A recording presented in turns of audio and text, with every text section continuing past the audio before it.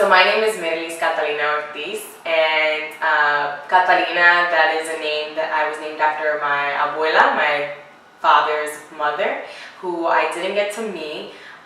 She did pass away when my dad was very young. So she was a woman that was very, very known for making delicious food. She was such a sweet person who would take care of people in her town of San José las Matas in Dominican Republic.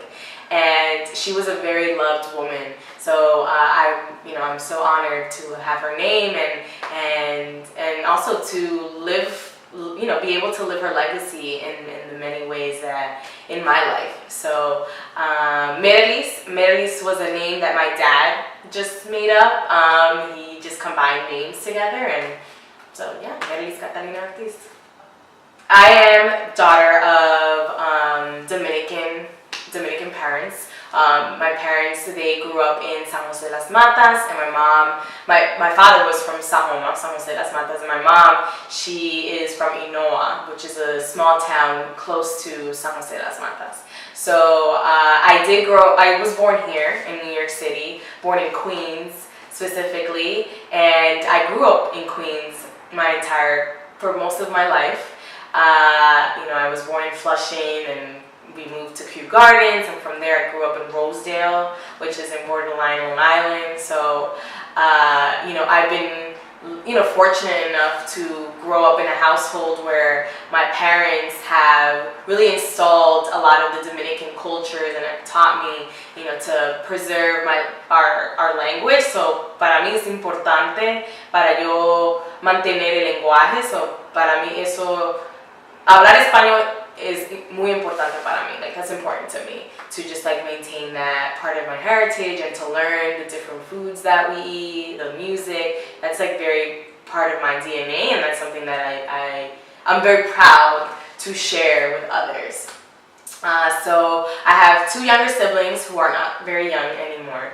My sister, she's turning 22 this year. My brother, he is 21. And I am 25 years old. And yeah, so for me, I grew up in a very diverse community. I went to elementary school that was very diverse. In middle school, I did grow up I went to a school that was Catholic. That's a Catholic school, and it was predominantly white people that were in that school. I was one of the few people of color there, and I definitely noticed during those times that a lot of people who were of Latin American descent, they would want to assimilate, and for me, I was one that would not assimilate. I am proud of who I am, and people want to be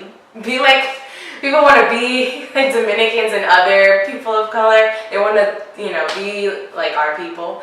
So for me, I'm proud to just embrace my heritage and embrace my identity as a Dominican woman, but specifically as an Afro-indígena Dominican woman. And that part of those forms of my identity, I was able to really form in my college years, where I got to go to City College.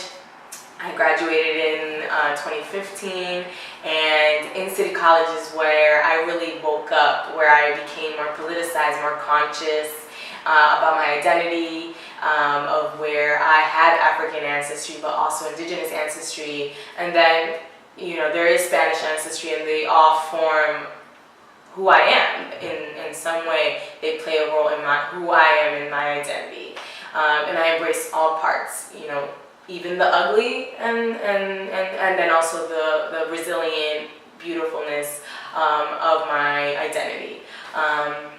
So, within City College, that was when I really got involved in different ways. I got involved in the Dominican Students Association in my second year of college. Well, in my first year in college, I was introduced to it, and then in my second year of college was when I became in the executive board. So I was the vice president.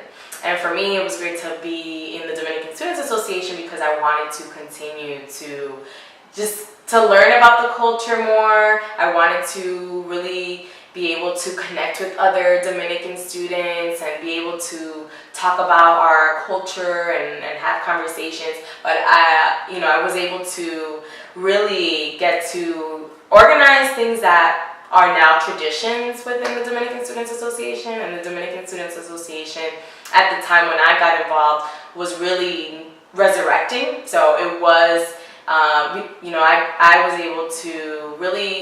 was really lucky to work with other students and really revive the club. And I got to I had an amazing faculty advisor, Nelson Santana, who really was really encouraging in really pushing the envelope and really doing things on campus. So for when I was involved, I was able to create with other members the Típico Night. And Típico Night was something that we got to collaborate with a fraternity and a sorority, and we were able to have a Típico band come to our campus and be able to share this music with the student body. And it's become such a big thing now. It's now year 7, and which is huge. And so we started from having 150 people to now having more than 1,000 people come to this event. So it's amazing to see how much it's transformed, and it's beautiful to see people be introduced to this music as well, for people to, which Típico is a traditional folkloric Dominican music that in the Dominican Republic is very, that's really within our roots of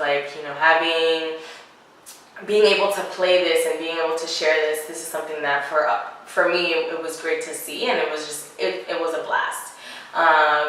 And also when I was in Dominican Students Association, we were able to also create the Afro-Latin Encuentro, and the Afro-Latin Encuentro is an event, during that time when I was able to organize that with the Dominican Students Association. I was having conversations with my peers about identity, and a lot of the Black students that identify as Black, they didn't think that people who were of Latin American descent are Black.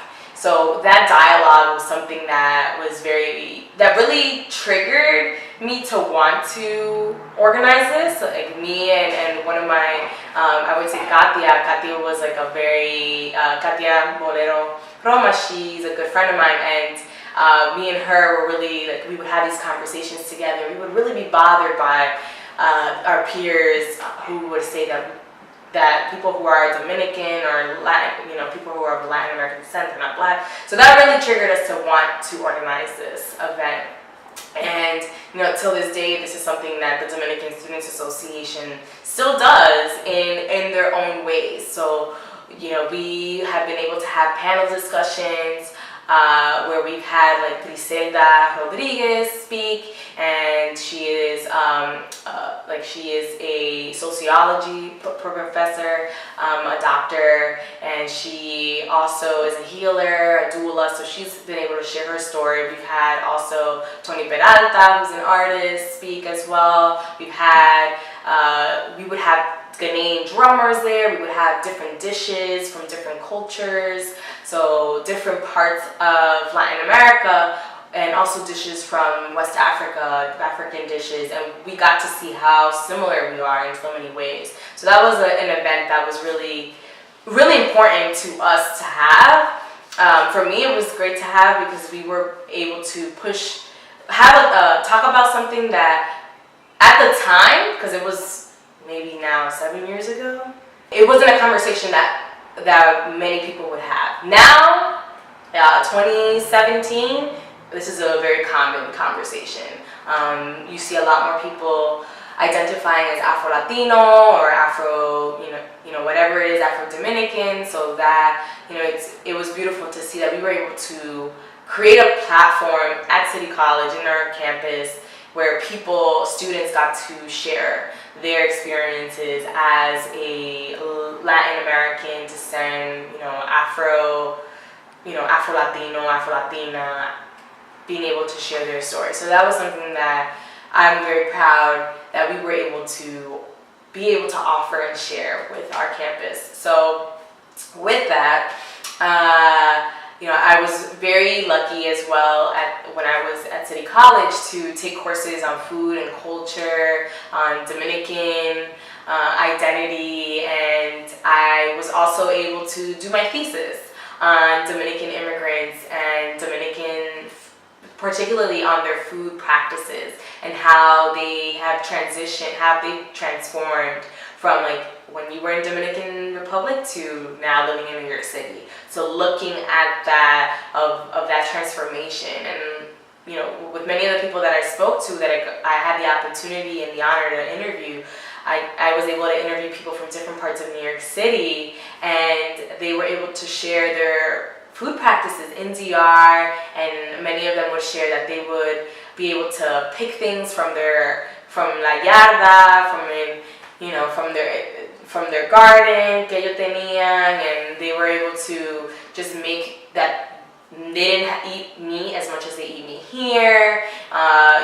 Many shared that here in the United States, they work so much and they don't really have time to make things, to really cook in the ways that they would cook when they were in DR. Many of them would share that here they've been getting sick, or they see family that is getting sick, and because of that, they have been changing their food practices. Many of them would say that they stop eating rice, that they would stop eating some of their favorite foods because of what the doctor would say. So I was really, it was great to be able to write about that and be able to highlight those stories and that narrative that many people do face when they come here to the U.S.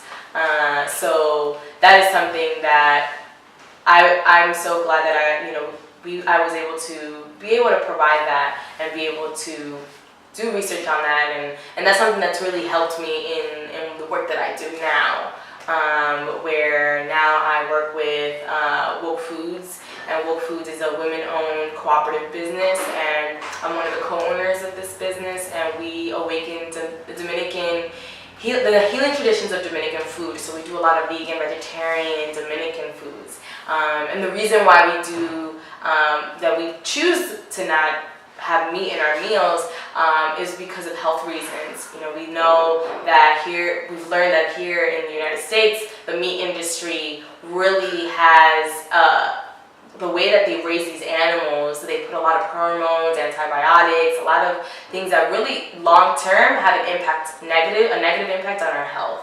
And also we recognize that the meat industry has a negative impact on the environment, where our environment is really it's really like being impacted by the meat industry with the pollution and all of what it brings in the impact that it's providing to the environment. So that's something that in our values and in our mission, that's very important to us, of why we choose to do plant-based dishes. And with all the work that I've been doing, I definitely would say that my family has made a major impact.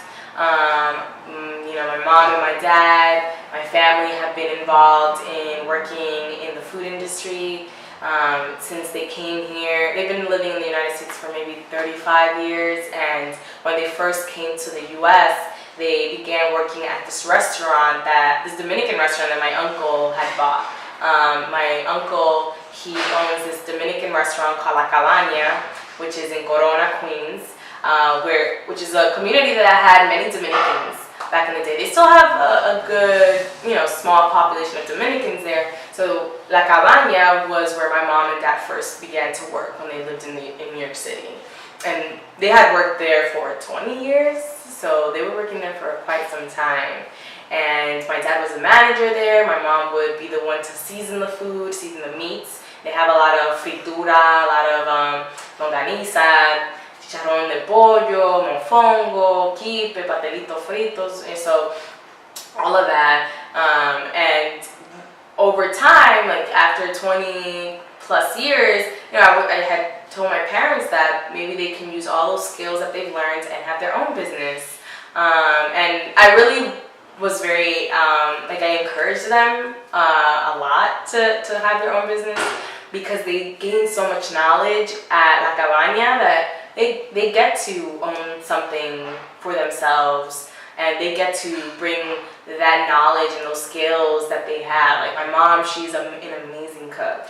And now at the restaurant that my parents own, Mama Catalina restaurant, it's also in Corona, Queens. My mom is the head chef there, and my dad, he is the one that does like the administrative work and the money, like he manages the money and all that. So like the skills that they were able to gain at La Cabaña, now they bring it to Mama Catalina, and it's beautiful to see that they've been able to create this, and with the support of my uncle who has La Cabaña, who is my dad's brother. So it's beautiful to see that my dad has been able to feel open enough to like ask for that support as well. So it's been great to see that, and been great to be able to support them as well. So I'll share a little bit of, for me, with the support that I give them. We started an Instagram page, we did a Facebook page for them, me and my sister.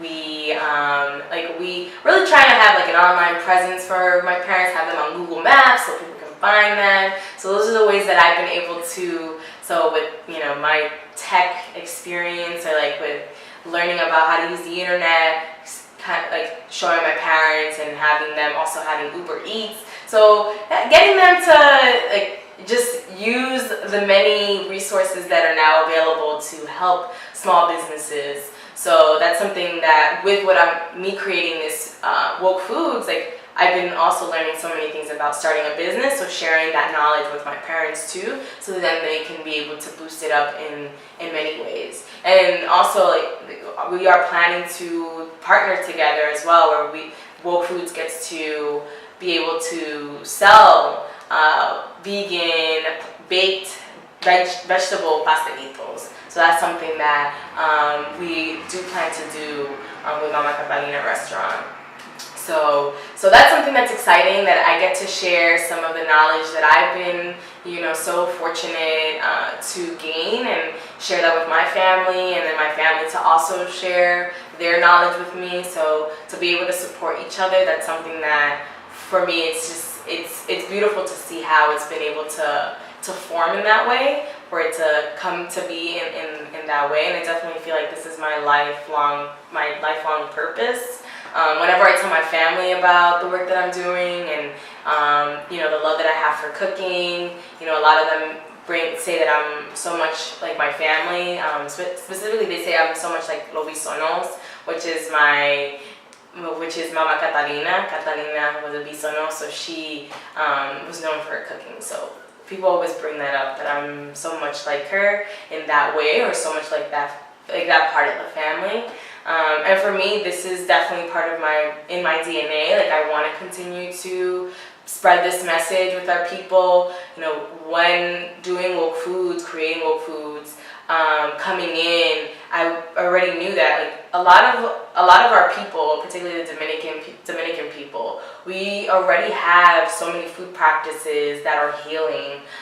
We just have to remember those practices, where we would use things from the land, natural ingredients, making our own sazon rather than buying our own sazon, making our own beans, like soaking it. So definitely that is something that, with the work that I get to do, sharing that message.